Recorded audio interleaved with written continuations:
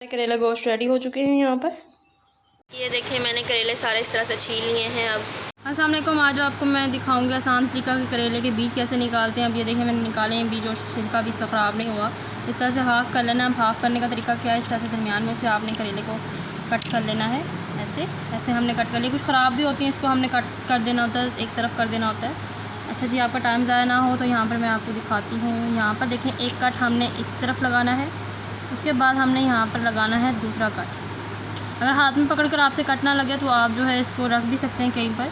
अब देखें इसको मैंने इस तरह से खींचना है बाहर, आप देख सकते हैं। ये देखें इस तरह से आपका बीज सारे बाहर आ जाएंगे और आपको मुश्किल भी नहीं होगी। देखें करेले से बीज निकालना कितना आसान है। हमने करेले इस तरह से काट लिए हैं गोल गोल, और यहाँ पर मैंने नमक लगा कर रख दिया 4 से 6 चम्मच। 1 घंटे से 2 घंटे तक आप रखेंगे, उसके बाद अच्छे तरीके से वॉश पर देखें मैंने ऑयल में फ्राई करने के लिए रख दिए हैं। करेले आपने बहुत अच्छे तरीके से यानी कि वॉश करने हैं, क्योंकि इसमें नमक ऑलरेडी बहुत ज़्यादा होता है।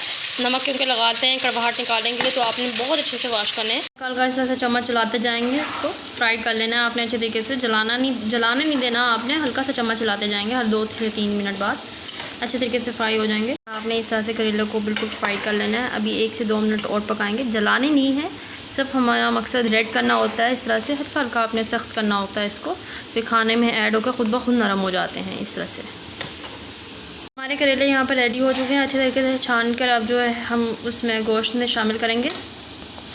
हमारे करेले यहाँ पर रेडी हो चुके हैं, बिल्कुल आप देख सकते हैं यहाँ पर क्रिस्पी हो चुके हैं। अब हम अच्छे तरीके से भून लेंगे करेले गोश्त को और हमारे करेले गोश्त रेडी हो जाएंगे। यहाँ पर मैंने 10 से 15 प्याज दिए हैं, जिसको अच्छे तरीके से काट लिया है।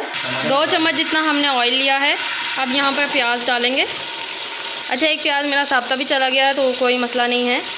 यहाँ पर 10 से 15 टमाटर लिए हैं, जिसको मैं अच्छे तरीके से काट रही हूँ। ये देखें आप कटे हुए टमाटर भी शामिल कर दिए अच्छे तरीके से। 1 किलो मैंने मुर्गी ली है, जिसको अच्छे तरीके से वॉश करके मैं इसमें शामिल करूँगी। चिकन शामिल करेंगे। टाइम कम है तो जल्दी बनाने के लिए इसको मैं वेट लगा दूँगी 5 मिनट के लिए। पर देखें मैंने ऑयल में फ्राई करने के लिए रख दिए हैं। करेले आपने बहुत अच्छे तरीके से यानी कि वॉश करने हैं, क्योंकि इसमें नमक ऑलरेडी बहुत ज़्यादा होता है। नमक क्योंकि लगाते हैं कड़वाहट निकालने के लिए, तो आपने बहुत अच्छे से वॉश करने हैं। मसालों में मैंने कुटी हुई लाल मिर्च, काली मिर्च 1 चम्मच जो है यहाँ पर मैंने सूखा पिसा हुआ धनिया लिया है। 10 मिनट तक वेट लगने देंगे, बल्कि 5 मिनट तक, और 10 मिनट यानी कि वैसे हम भूनेंगे। मैंने सालन को इस तरह से कर लिया है। अब मैं इसमें मसाला शामिल करने लगी हूँ, बहुत अच्छे तरीके से भूनेंगे। मैंने इसमें नमक शामिल नहीं किया है, क्योंकि ऑलरेडी करेलों में नमक होता है। जितना मर्ज़ी आप वॉश कर लें तो नमक पूरा हो जाता है खाने में। 2 हरी मिर्चें धोकर काट कर शामिल करूँगी। हरा धनिया शामिल करेंगे इसमें। कि मैंने पानी नहीं डाला था, फिर भी मैंने इसको अच्छे तरीके से भून लिया। जैसे आप कढ़ाई गोश्त बनाते हैं वैसे ही भून लेना है, पानी खुश्क करेंगे। ये देखिए हम ऑयल ऊपर आ चुका है, पानी खुश्क हो चुका है। हल्का सा भूनने वाला और है, लेकिन अभी पहले करेले जो है फ्राई करेंगे अच्छे तरीके से, फिर इसमें शामिल करेंगे।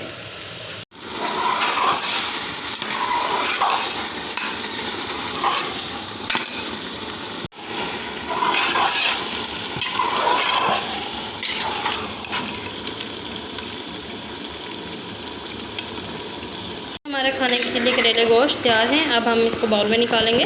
करेला गोश्त रेडी हो चुके हैं यहाँ पर।